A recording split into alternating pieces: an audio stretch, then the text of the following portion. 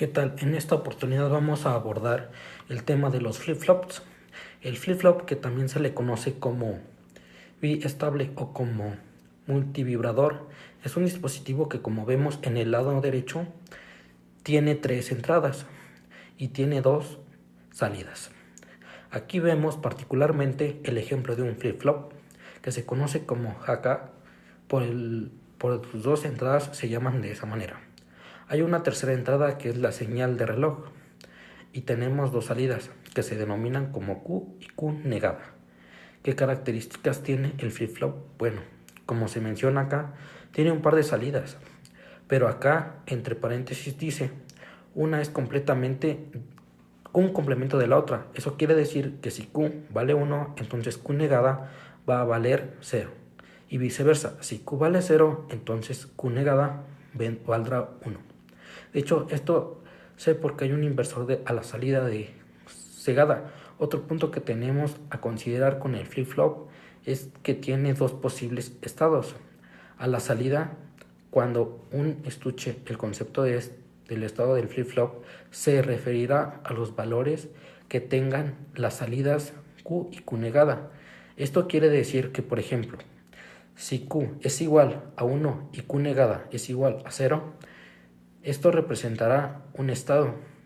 Si Q vale 0 y Q negada vale 1, esto representará otro estado. Por eso dice acá, tiene 2 posibles estados. Usualmente a esos casos se les llama set y al otro se le llama reset.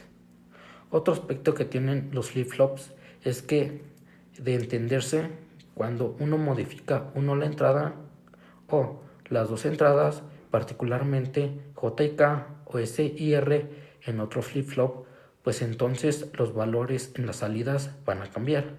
Y cambiar los valores en las salidas representará cambiar el estado. También hay que mencionar que el flip-flop es un dispositivo síncrono porque trabaja o hace esos cambios en relación a la señal que está acá en el medio, que otra que ya la habíamos mencionado, que se conoce como la señal de reloj. Es decir, esos movimientos a la salida se van a dar cuando a la señal de reloj se lo indique. Al flip-flop analizaremos el flip-flop que se le conoce como disparado como un flanco acá. En la parte de abajo vemos un pulso de una señal cuadrada y vemos que cuando la señal cambia de abajo hacia arriba se conoce como flanco de una subida. De manera complementaria, cuando la señal cambia del nivel alto al nivel bajo, se conoce como flanco de bajada. Entonces los flip-flops van a ser disipados ya sea en el flanco de subida o en el flanco de bajada. Acá tenemos 2 flip-flops de los más comunes. Este es el SR y el otro es el JK. Nos damos cuenta que ambos tienen sus respectivas entradas con sus nombres. CR y JK, la señal del reloj, y la salida tienen equivalente a Q y a su complemento, que es Q negada. Entonces, ¿qué la diferencia es? Eso es lo que vamos a ver en un momento. Comencemos con el flip-flop SR, disparado por un flanco como mencionábamos, o se disipan en el flanco de subida o en el flanco de bajada. Acá tenemos las 2 imágenes de flip-flops en donde podemos observar que la única diferencia que existe es que en el flip-flop del lado derecho aparece un inversor después de la entrada de reloj. Y bueno, eso nos indica que el flip-flop se va a disipar en el flanco de bajada. En el lado izquierdo está la imagen del flip-flop SR, también disipado por flanco, pero el hecho de que no aparezca ese inversor aquí en la entrada de reloj nos da a entender que este se disipará en los flancos de subida. Aquí tenemos el flip-flop SR, tenemos la tabla de verdad, tenemos S y R, con sus 4 combinaciones, 001, 10 y 11. Tenemos que trabaja con los flancos de subida y vemos los 4 posibles estados. El primer estado dice que es un estado igual, cuando en las entradas S y R se tiene 0. En S y en R, 0. Esto es que cambiamos a estos valores y porque S y R pudieron tener valores diferentes. Previo a esto, lo que se dice en el estado que recordemos son valores que tienen Q y Q negada, no van a cambiar, que va a tener el mismo estado y Q negada el mismo estado. Por ejemplo, imaginémonos que Q tenía el valor de 1 y Q negada el valor de 0. Ya sabemos cómo se ocasiona esto, pero en este intervalo de tiempo entre flancos de subida de reloj pusimos a S con 0 y a R con 0. Será un flanco de subida, como este estado nos dice, va a permanecer igual. Entonces quiere decir que después de ese flanco de subida, Q va a seguir valiendo 1 y Q negada va a seguir valiendo 0.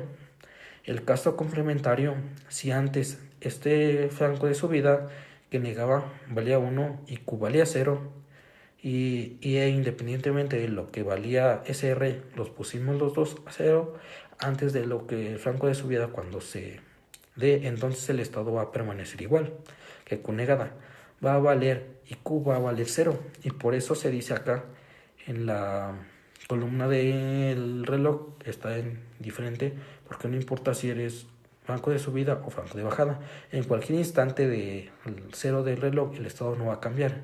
¿Qué pasa cuando vamos al segundo? Cuando S vale 0, R vale 1, hay un flanco de subida de la señal de reloj, entonces provoca el estado de RS, que va a valer 0, Q negada va a valer 1. El estado set es cuando S vale 1 y R vale 0. En los flancos de subida se va a ocasionar y por lo tanto en Q va a valer una salida de 1. De negada va a la salida de C1, Q1 negada, C finalmente, que es lo que tenemos cuando subimos las dos entradas a nivel alto, la S y la R se da el flanco de subida. Se dice que es un estado no válido y por eso los signos de interrogación, porque lo que se va a generar es que tanto en la Q como en la Q negada haya niveles altos, lo cual en cierto modo contrapone el flip-flop.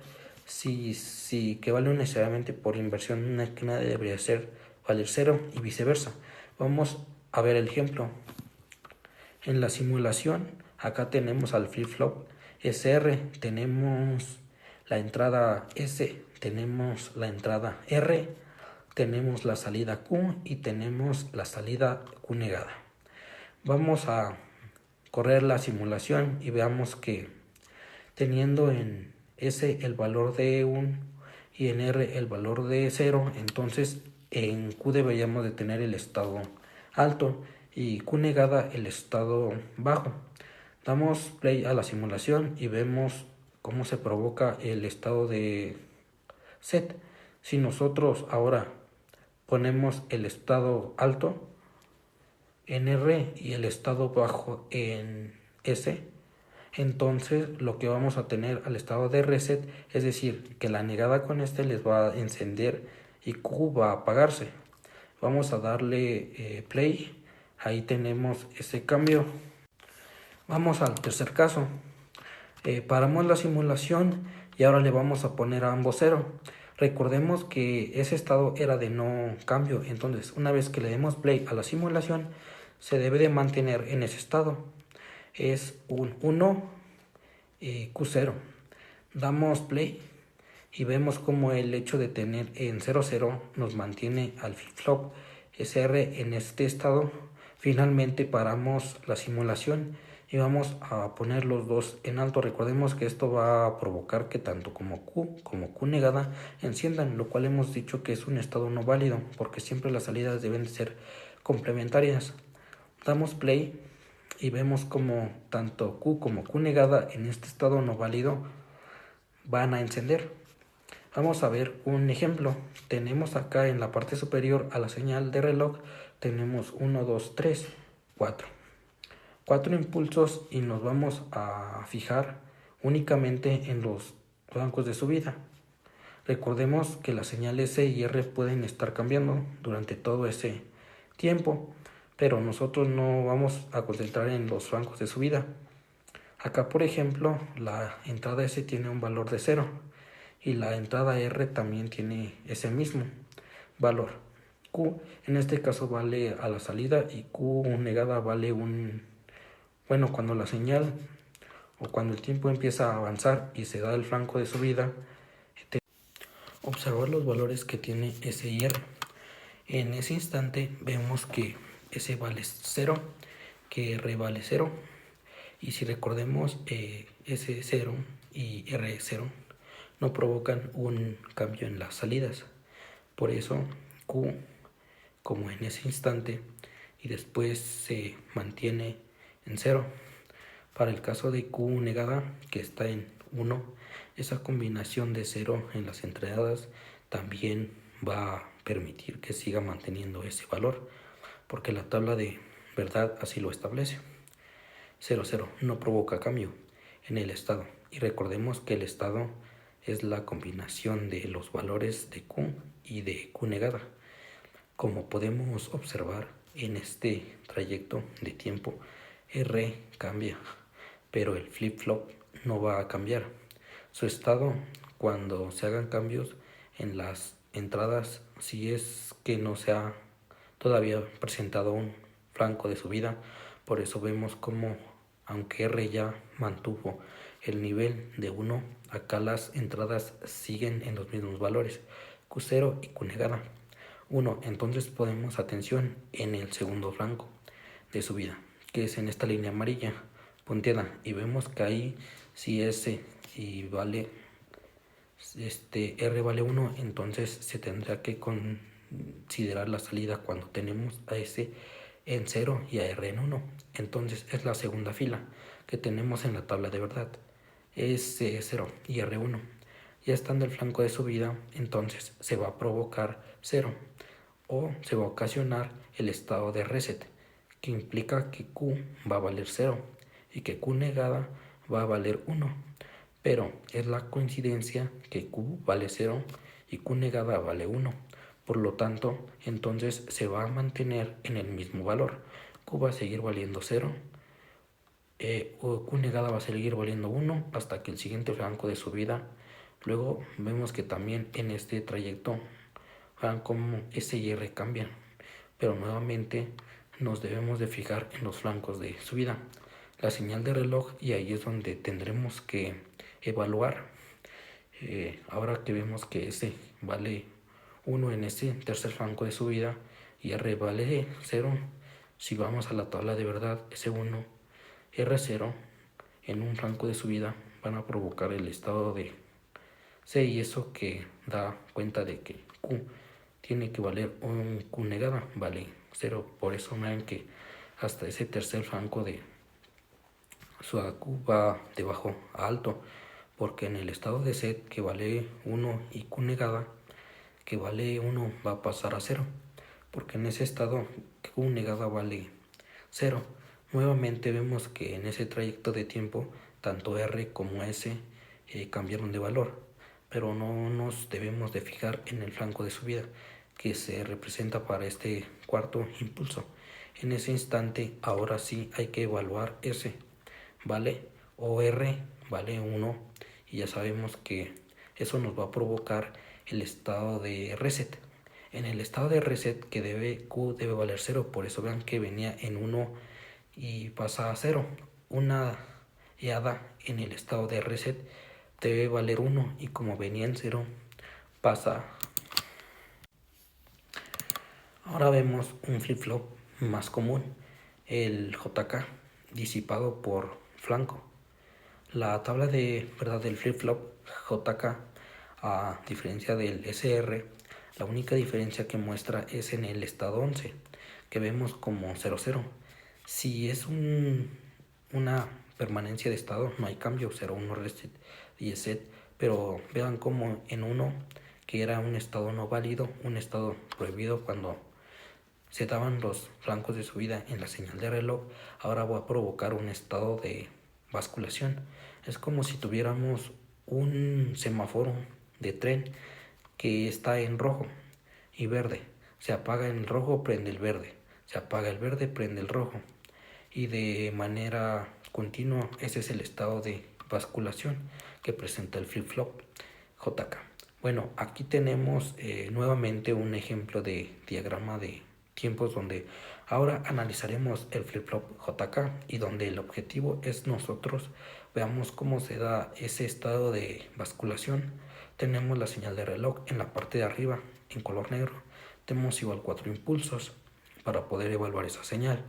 Tenemos la señal JK, tenemos la señal Q y la señal Q negada. Bueno, ¿qué pasa en el primer flanco de subida? Que es acá en el 1 podemos dar cuenta que ese instante de tiempo J vale 1, K vale 0 y por lo tanto sabemos que eso provoca el estado de set que venía en 0, pero como en ese instante se provoca ese estado, entonces pasa a 1. Vean cómo ahora Q negada venía en 0, el estado se provoca el 0 en cegada, por lo tanto se sigue este valor.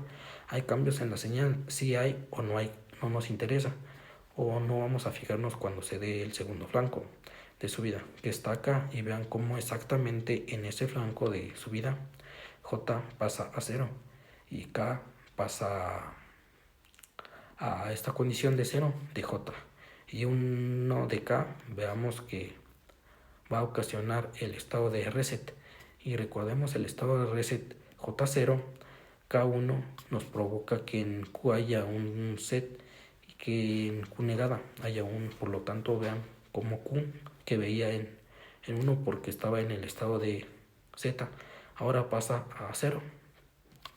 Y finalmente negada que venía en 0 por estar ahora en el estado de reset, va a pasar al nivel alto. Perfecto, seguimos en ese instante de tiempo y vean ahora qué es lo que va a pasar. No nos vamos al tercer flanco de subida. En el tercer flanco de subida vean cómo J que venía en 0 pasa a 1 y que Q se mantiene en 1. Si vamos a la tabla de verdad J y K, nos damos cuenta que cuando el rango de subida en la señal de reloj se alcanza, entonces vamos a provocar la basculación, es decir, el intercambio de valores.